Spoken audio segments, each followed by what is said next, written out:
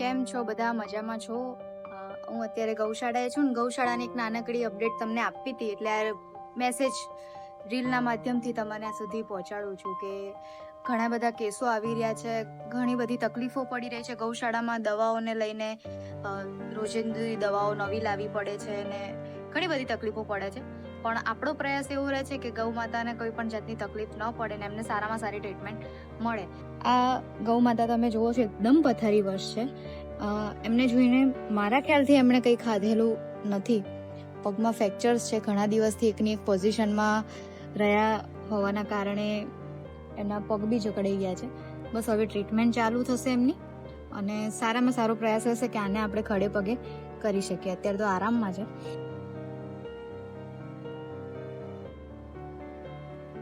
બીજું આ બચ્ચું તમે જુઓ, એકદમ નાનું બચ્ચું છે, જેમ કે આપણી ગૌરી છે એટલું જ નાનું બચ્ચું છે. કેટલી પીડા સહન કરવી પડે છે એને ડોગ્સે એમ કહેવાય તો ફાડી જ ખાધેલું છે.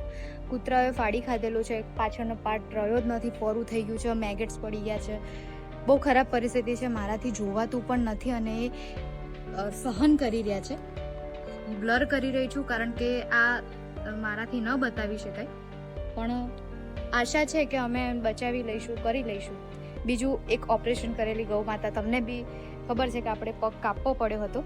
એ ગૌ માતા આ છે. દિવસમાં 4 થી 5 વાર એ જાતે ઊભા થાય છે અને એકદમ હટ્ટી ગટ્ટી છે, બહુ જ હિંમત છે. આપણે ત્યાં જેટલી પણ ગૌ માતાઓ આવે છે એમ કહેવાય કે એમનામાં જીવવાની આસ છે, જે આપણે એ આશ એમની પૂરી કરી રહ્યા છે અને એમને બચાવવાનો પ્રયાસ કરી રહ્યા છે. ઘણી બધી ગૌ માતાઓ છે. હજી બીજા 2-3 કેસ આવી રહ્યા છે. બારીક લંપીનો કેસ છે અને પગની ખરી તૂટી ગઈ છે, એમાં મેગેટ્સ પડી ગયા છે. નંદી છે એ પણ છે, પણ એને અલગ જગ્યાએ રાખ્યું છે કેમ કે એને લંપીની અસર છે કે બીજી ગાયોને ડિડક્ટ ના કરી શકે.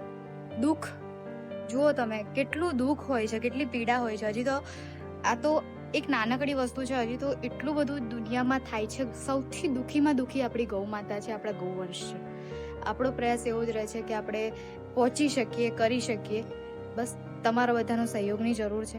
વિડીયોને વધુથી વધુ શેર કરજો અને પ્રાર્થના કરજો આ તમામ ગૌ માતા સારી રીતે જલ્દીથી જેવા હતા એવા તાજા થઈ જાય, સાજા થઈ જાય.